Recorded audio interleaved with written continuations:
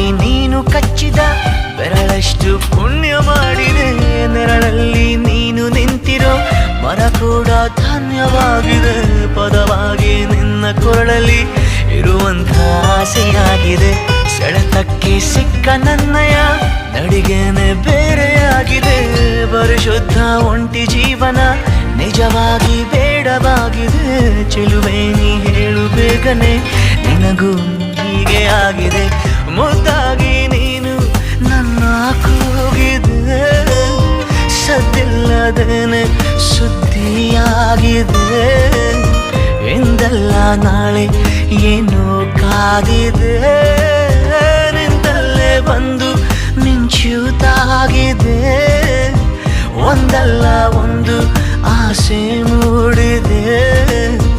ಎಂದಲ್ಲ ನಾಳೆ ಏನೋ